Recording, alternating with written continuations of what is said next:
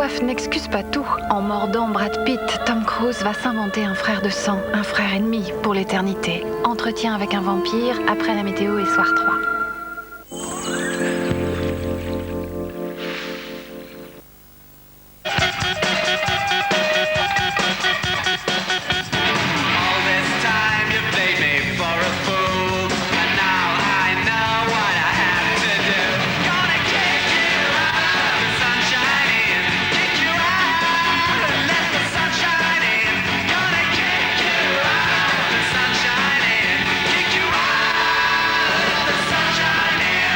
Peugeot 407 SW. Et si on reparlait automobile? Si Perrette savait que j'adore son petit pot de crème au chocolat Brie Délice. Mon petit pot au chocolat. Vous, un pâtissier? De l'allégé. Il y a de quoi se cacher. De l'alléger, moi? Ah, ça jamais. Petit pot de crème au chocolat, Brie Délice allège tout, sauf le goût. Un jour, je passais l'aspirateur. Il était neuf, mais il semblait déjà ne plus aspirer. Alors je l'ai démonté pour trouver d'où venait le problème. Un peu de poussière, l'aspirateur se bouche. J'ai donc décidé de faire quelque chose. Après plusieurs prototypes, des milliers en fait, enfin je le tenais. L'aspirateur qui ne perd pas d'aspiration. Dyson.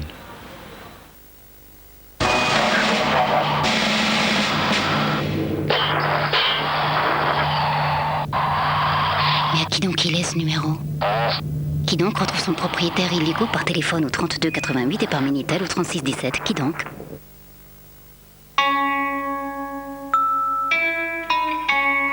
Maman, papa, les gens, moi, l'école, les filles, les études, les amis, les filles, le travail, la fille, l'amour, la vie. Dans cette aventure, la Banque Populaire sera toujours là pour vous aider à entreprendre. Banque Populaire, banque et populaire à la fois. 3D, le biscuit apéritif en 3 dimensions avec un creux si croustillant qui fait décoller l'apéritif. 3D, craqué léger, croqué du creux. Vous êtes de l'informatique? Ouais. Ok, il faut m'aider. Il y a un virus dans mon ordinateur et je dois envoyer une présentation par email ou je suis mort. C'est pour le conseil d'administration. Peut-être que si j'extrais le disque dur... Non. Appuie sur la touche bleue et laisse-toi guider. C'est tout? C'est tout. C'est tout? Oui, c'est simple. Facile. T'as essayé le DK? Le sans fil sans stress uniquement sur ThinkPad avec technologie mobile Intel Centrino.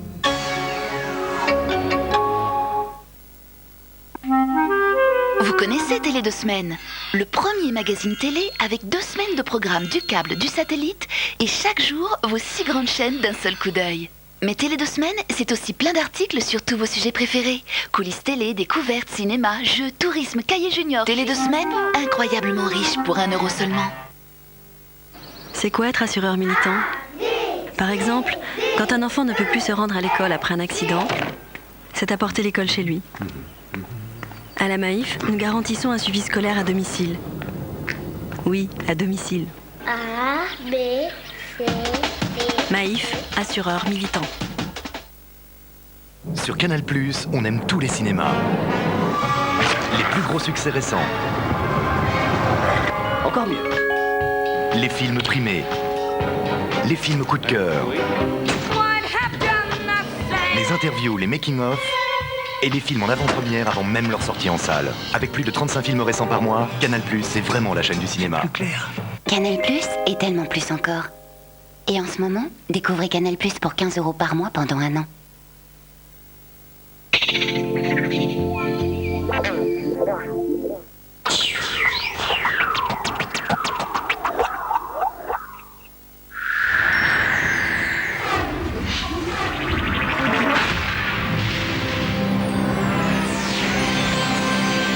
Bonsoir à tous, je suis ravie de vous accueillir pour ce second tirage du Keno de ce lundi 11 octobre. Ce soir, le montant du jackpot s'élève à 30 000 € et le numéro gagnant L0 26 51 74. Découvrons ensemble les 20 numéros gagnants de ce second tirage réalisé sous contrôle d'huissier de justice. Je vous rappelle que le Keno, c'est 2 rendez-vous quotidiens pour gagner jusqu'à 1 million d'euros par tirage. Les 20 numéros gagnants sont le 53, le numéro 8, 64, 47, 63, 60, 65, le numéro 50, 42, 21, le 69, 48, 32, le numéro 5, 66, 56, le 61, le numéro 38, le 49 et le numéro 30. Pour tout savoir sur le Keno, vous pouvez vous renseigner dans chaque point de validation. Alors, excellente soirée à tous et à demain pour un nouveau tirage.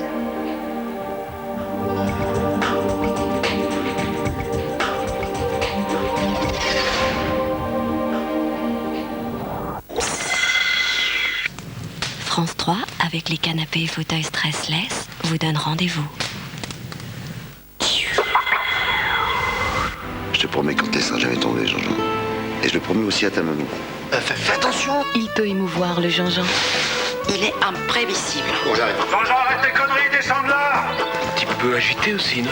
Je suis le meilleur du monde à mobilette.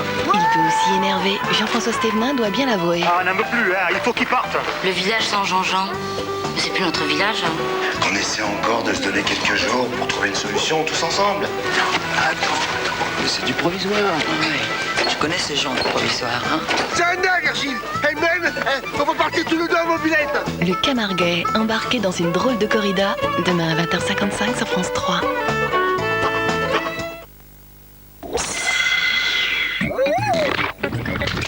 Pour tout savoir sur le temps, on peut compter sur France 3 avec Monsieur Bricolage.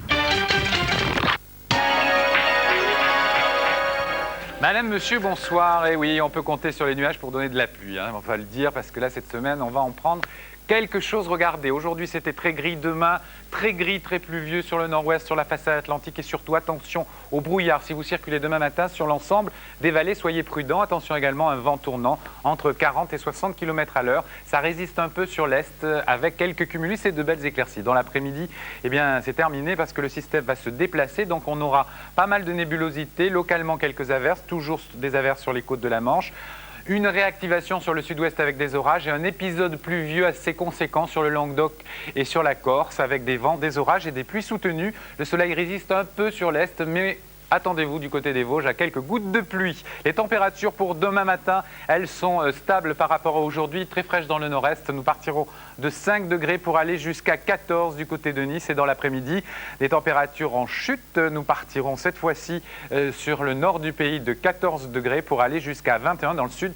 Ça baisse drôlement. Pour la suite, eh bien, c'est la suite mercredi avec toujours cette circulation de perturbations. Il y en a une qui s'en va par l'est, une autre qui arrive par l'ouest évidemment, avec beaucoup de vent, là aussi beaucoup d'orages et entre les deux un ciel couvert, du soleil peut-être sur le sud-ouest et attention toujours dans la matinée de mercredi des épisodes orageux sur le Languedoc, des températures en baisse 15-18, toujours en baisse jeudi 13-17 avec un ciel globalement couvert, un régime d'averses là aussi essentiellement sur l'ouest avec des orages et un vent de sud-ouest à 50 km/h. Seule petite présence du soleil espérée sur le comté niçois, des orages sur la Corse avec une instabilité. Vous savez tout, c'est pas fameux, je vous le disais dans un instant, c'est Soir 3 avec Audrey Pulvar et Louis Laforge.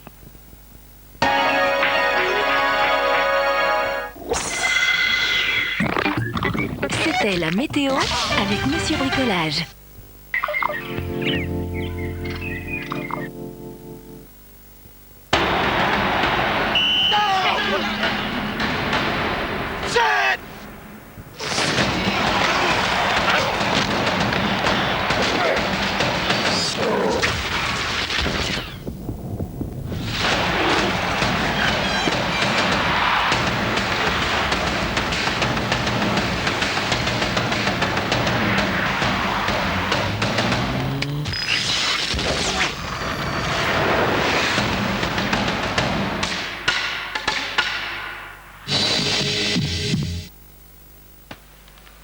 votre crédit immobilier, Barclays invente une solution vraiment performante. Découvrez Barclays One-Two, le crédit immobilier aux mensualités que vous pouvez faire baisser. Et baisser. Barclays One-Two, c'est simple. Vous profitez d'un taux à 4,1% TEG sans frais de dossier et en plus, vous pouvez faire baisser vos mensualités chaque mois. Découvrez Barclays One-Two, appelez vite le 0810 600 600 ou connectez-vous sur barclays.fr. Barclays. Et vous faites comment pour garder la pêche à l'arrivée de l'hiver? Les barres Choco Magnésium sont riches en magnésium et un germe de blé. Elles vous aident à rester de bonne humeur toute l'année. Gerblé, tout simplement. Combien pèse-t-il? Vérifiez le poids financier d'une entreprise par Minitel 3617 Vérif pour une meilleure information sur les entreprises.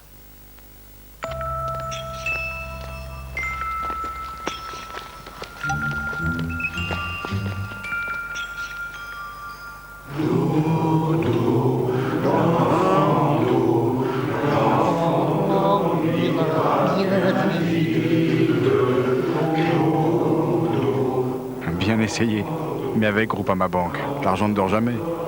Groupama, donnons à la vie toutes ses chances.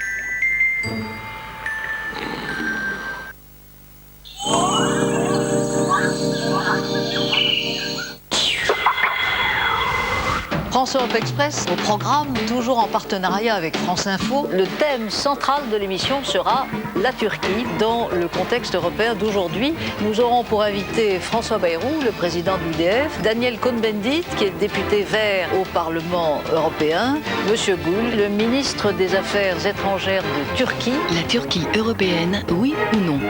Les courants politiques se divisent et le débat fait rage dans France Europe Express, demain 23h10 sur France 3.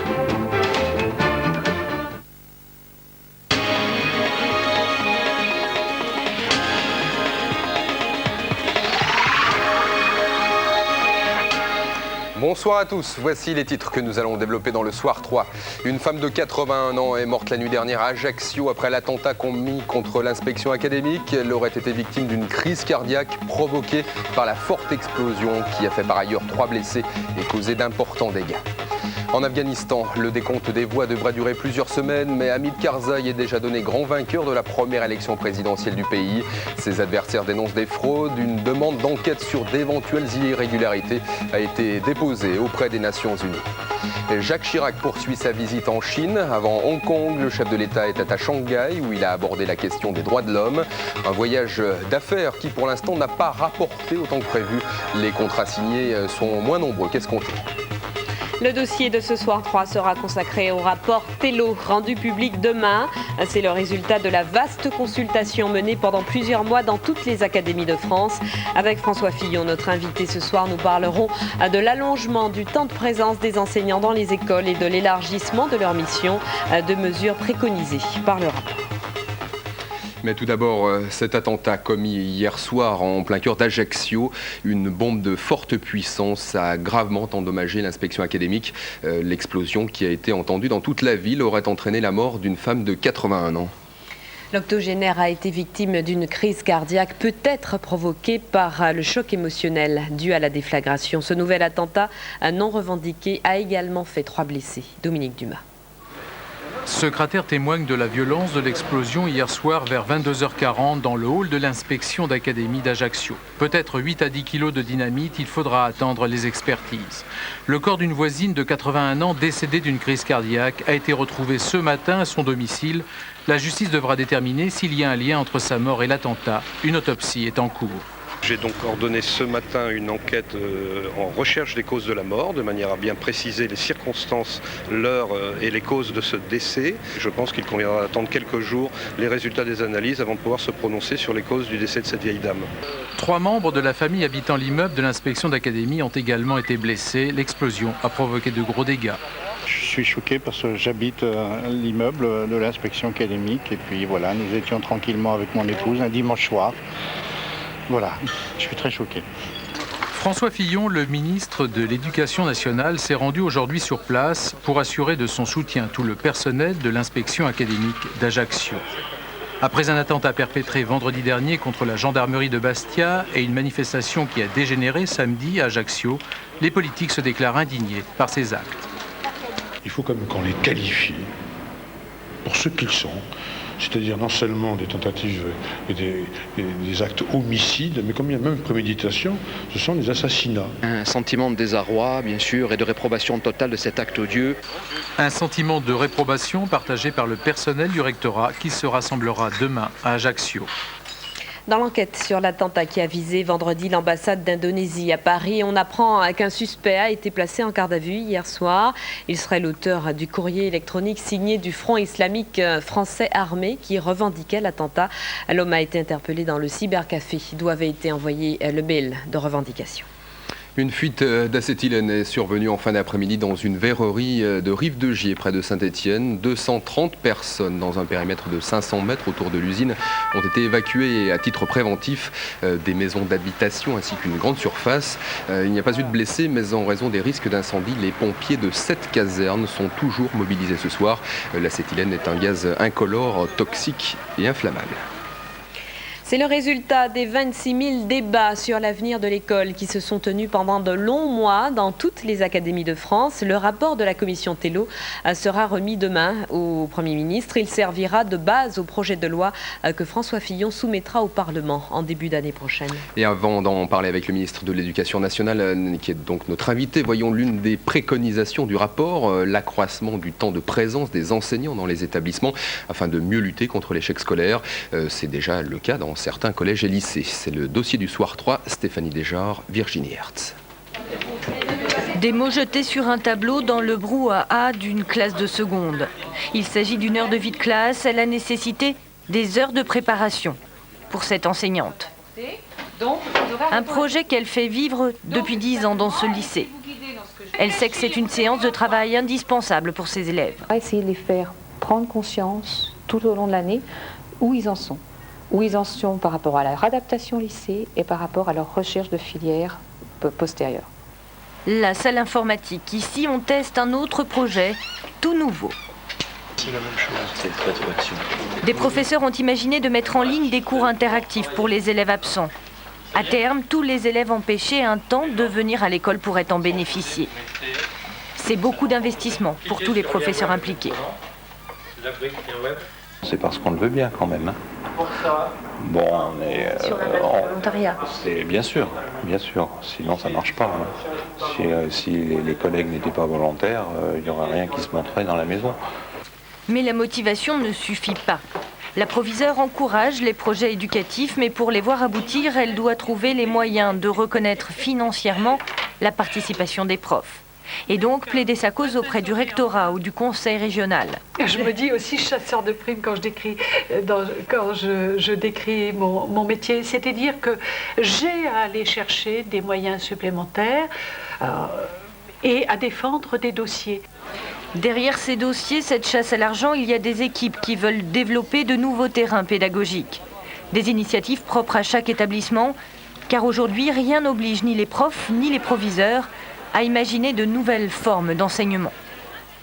François Fillon, bonsoir. Alors justement, l'allongement du temps de présence des enseignants auprès de leurs élèves et l'extension de leur mission, c'est l'une des principales préconisations du rapport Tello. Comment pensez-vous que ces préconisations seront perçues par les enseignants ?